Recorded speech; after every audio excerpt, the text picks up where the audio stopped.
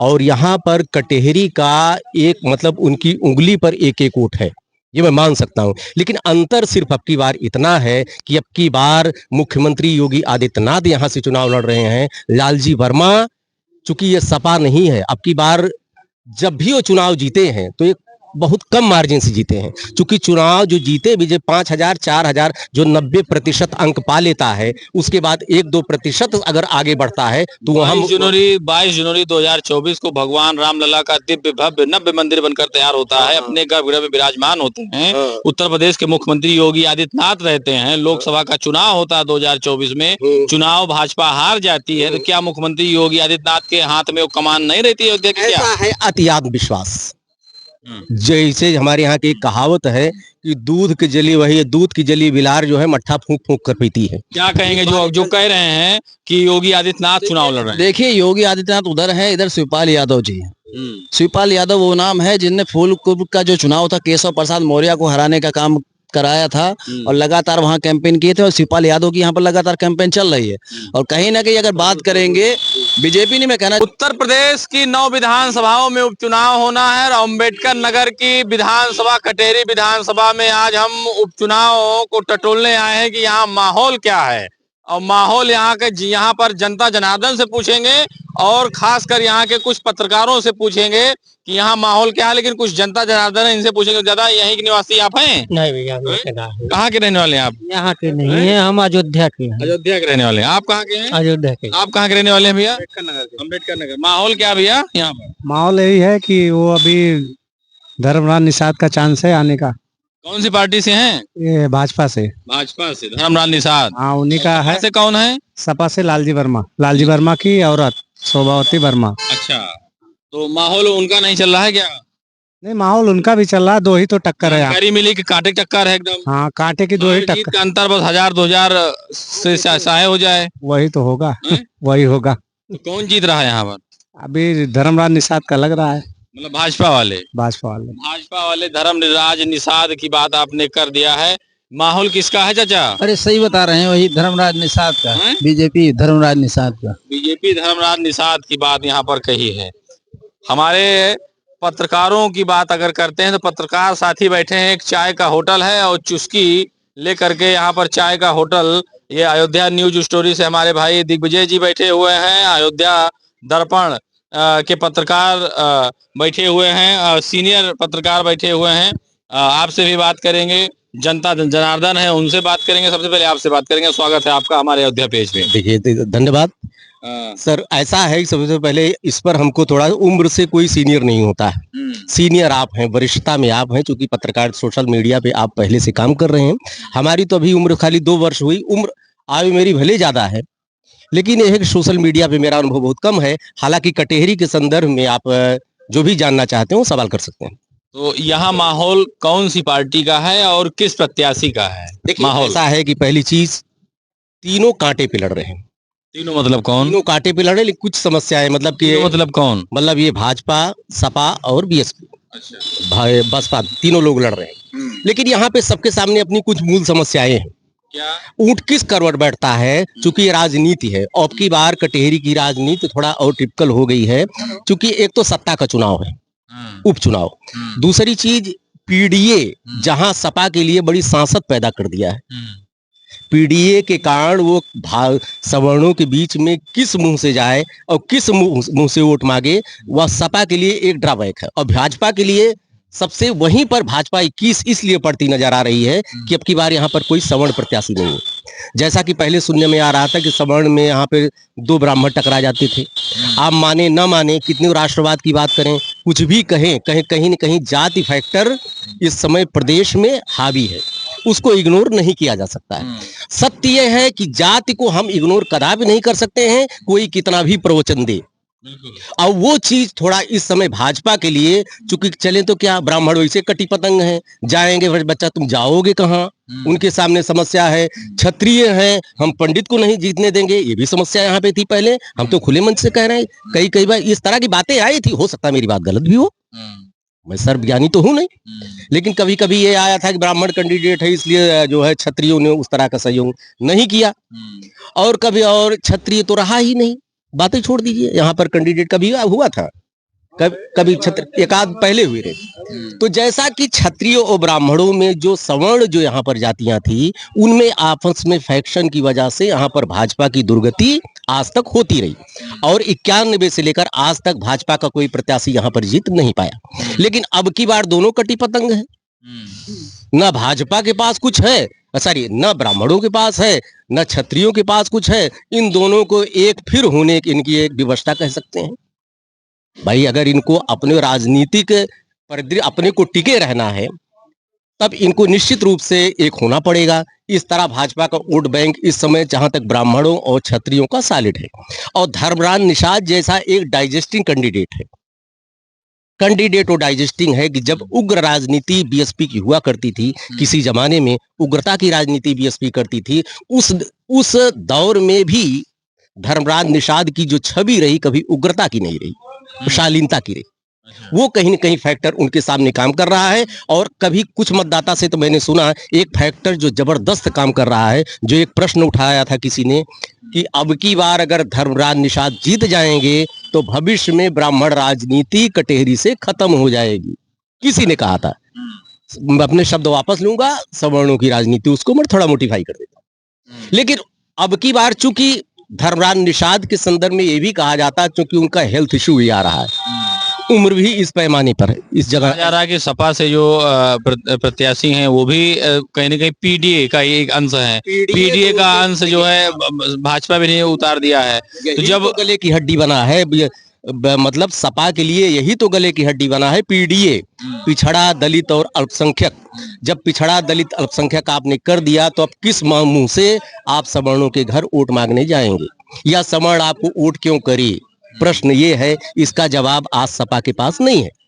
क्योंकि किसी जमाने में कांग्रेस ने भी राजनीति की और बीएसपी ने भी राजनीति की। बीएसपी ने राजनीति भले उसने दलित की, लेकिन कभी सवर्णों को उसने इग्नोर नहीं किया।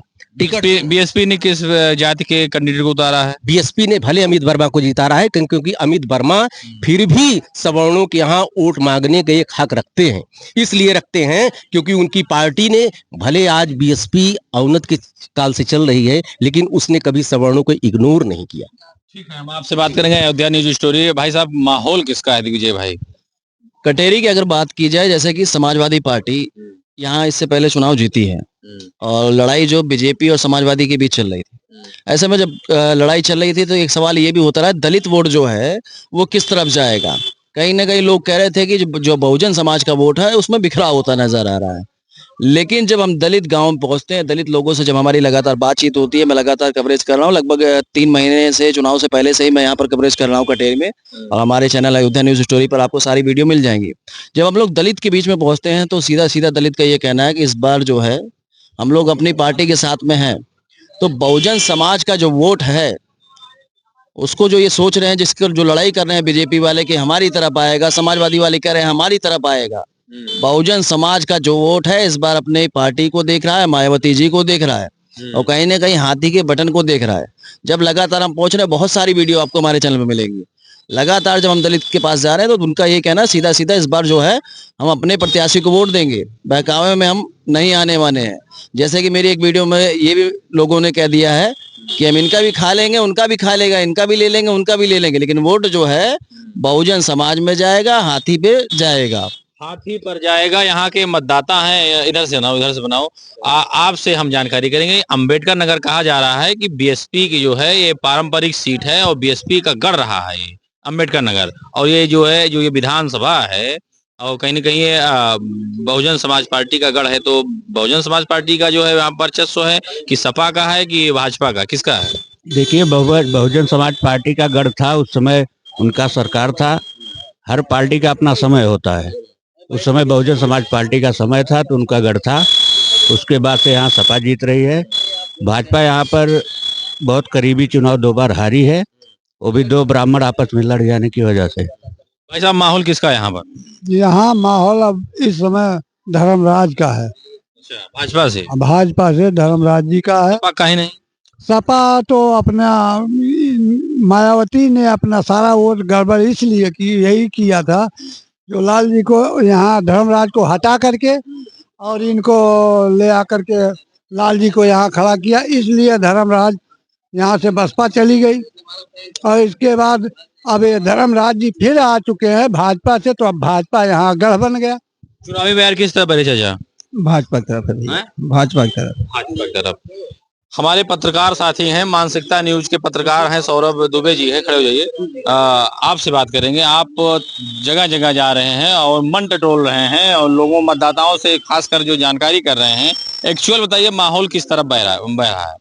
अभी जो माहौल लग रहा है वो 50-50 का लग रहा है, क्योंकि पहले कुछ लोग कहते थे, जैसे रहा भी है कि बसपा का ये गढ़ रहा है, लेकिन मुझे जो है बसपा या फिर आजाद समाज पार्टी उस तरीके से लड़ती हुई नहीं दिख रही, क्योंकि वोटर जो है वो भी ये चाह रहा है जीत कौन रहा है, लड़ेगा कौन।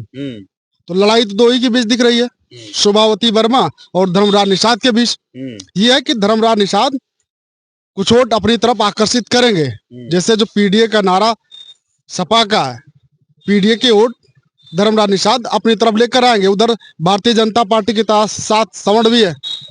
हो सकता है कि यहाँ पे कुछ थोड़ा सा खेला ब्राह्मण कर जाए, जैसा कि अभी भाई साहब कह रहे थे कि ब्राह्मणों की राजनीति यहाँ से समाप्त हो सकती है अगर धर्मराज निषाद चुनाव जीते तो। क्योंकि कुछ लोग ये भी कहते हैं कि अवधेश द्विवेदी हमारे साथ हमेशा खड़े रहे, सुख दुख में रहे। अवधेश द्विवेदी की जब जीतने की बारी आई तो टिकट ही नहीं दिया गया। इस बार चुनाव 100% अवधेश द्विवेदी जीत जाते। तो पलड़ा कुल मिलाकर अभी जो है वो 50-50 का दिख रहा है, कोई भी बाजी मार सकता है। सपा भाजपा 50-50, मतलब करीब मतलब अंतर 1000-2000 वोट का, तो अंतर बहुत ज्यादा का नहीं था। मेरे ख्याल से 4 या 5 हजार का ही अंतर था, शायद इतना ही अंतर था। और इस बार भी ऐसा ही कुछ हो सकता है, बहुत ज्यादा अंतर नहीं होगा।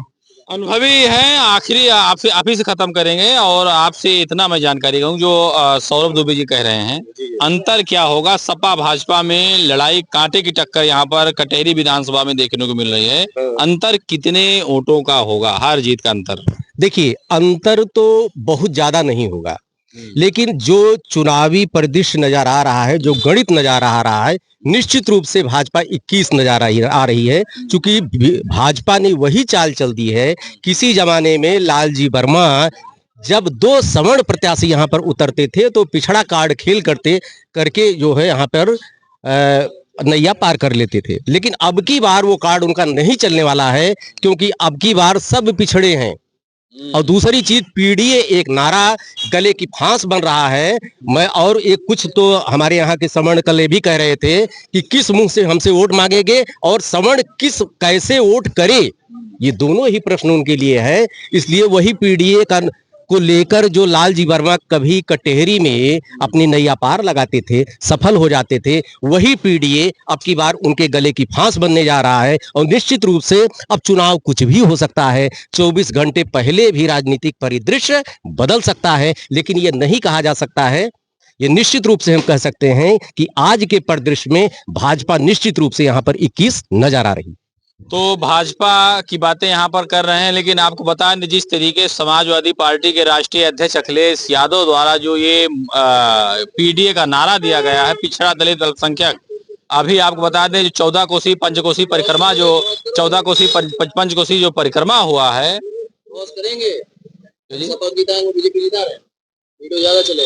चलिए मैं आपसे बात करता हूँ, क्या करें?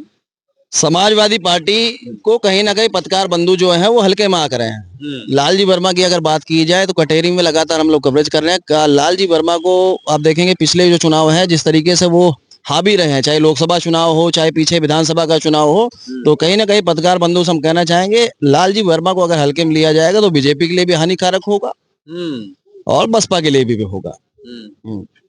एक बार राय ले ली जाए। मतलब ये अयोध्या न्यूज स्टोरी के पत्रकार कह रहे हैं दिग्विजय जी कि सपा को आप हल्के मत लीजिए, और आप कह रहे हैं भाजपा को हल्के मत लीजिए।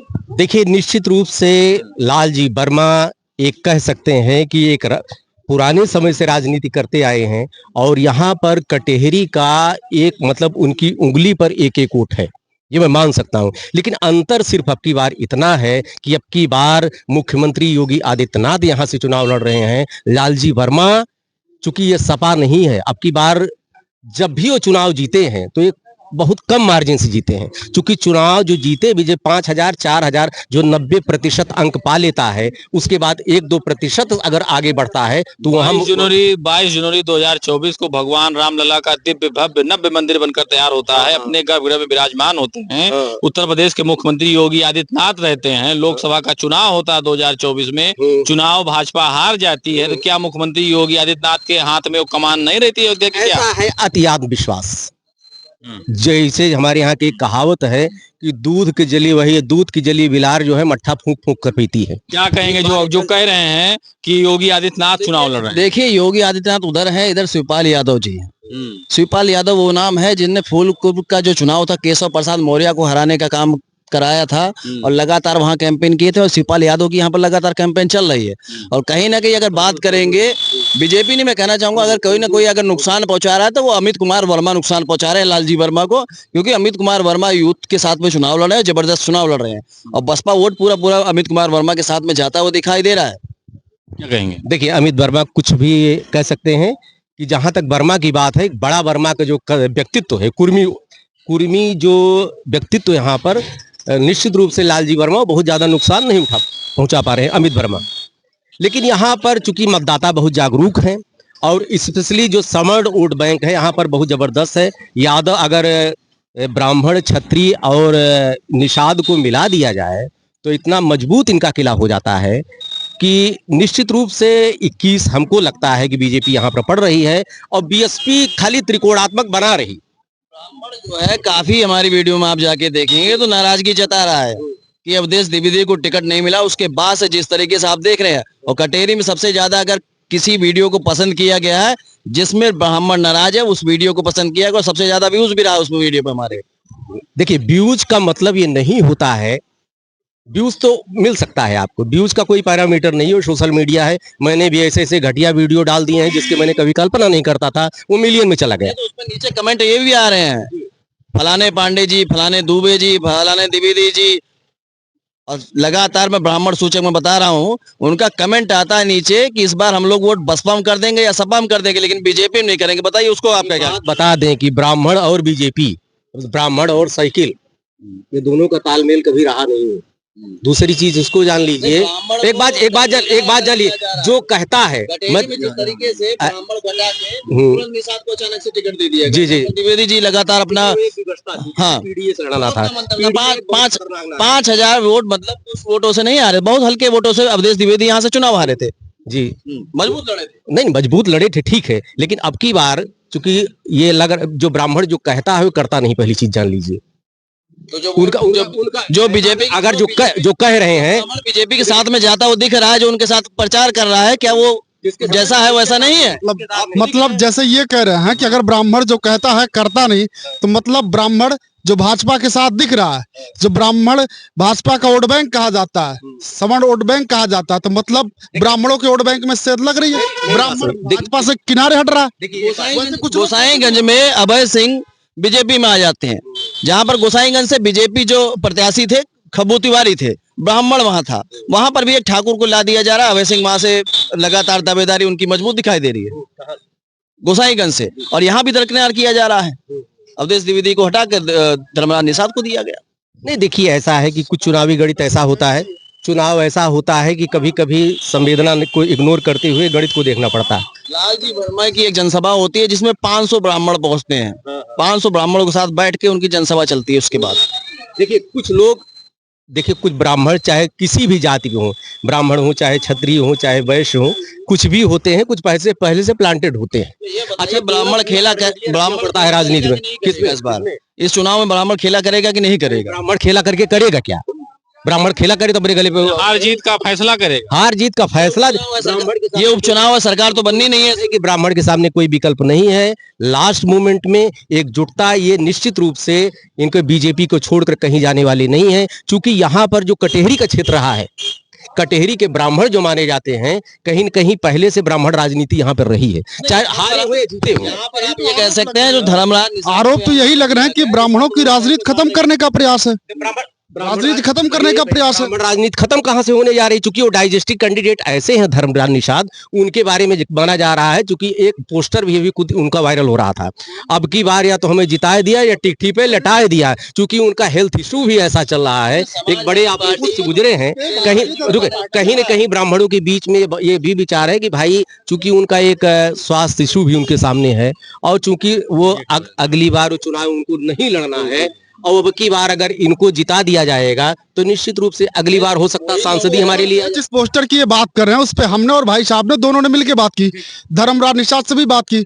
उस पोस्टर पर सीधे सीधे हाथ खड़े कर दिए जाते हैं, चाहे भारतीय जनता पार्टी हो चाहे समाजवादी पार्टी हो। समाजवादी पार्टी के लोग कहते हैं भाई इसकी जांच होनी चाहिए। अगर भारतीय जनता पार्टी हाथ खड़े कर दे रही है कि हमने पोस्टर नहीं लगवाए, तो फिर इस पोस्टर की जांच होनी चाहिए, आखिर किसने लगवाया। राजनीति में क्या होता है जानते हैं, दोहरा चरित्र जीते हैं नेता, वही पोस्टर लगवा देंगे तो के वही शपथ भी ले लेंगे मैंने नहीं लगवाया। झूठ बोल रहे हैं, धर्मराज निषाद झूठ बोल रहे हैं। हम लोगों ने पूछा, इन्होंने भी पूछा, हमने भी पूछा कि लोग आरोप लगाते हैं कि जो पोस्टर वायरल हो रहा है, धर्मराज निषाद कहीं न कहीं लोगों की सहानुभूति लेना चाहते हैं, इसी वजह से पोस्टर लगवाया सकता है। देखिए हो सकता है धर्मराज निषाद मना किए, कोई हो सकता है उनका शुभचिंतक हो। कटेरी का जो चुनाव है वो टफ है, दोनों के लिए आसान नहीं रहने वाला है, और इस बार बसपा जो वोट है वो सीधा सीधा बहुजन समाज पार्टी में जाता हुआ दिख रहा है। बहुजन समाज का जो वोट है एक तरफा जा रहा है।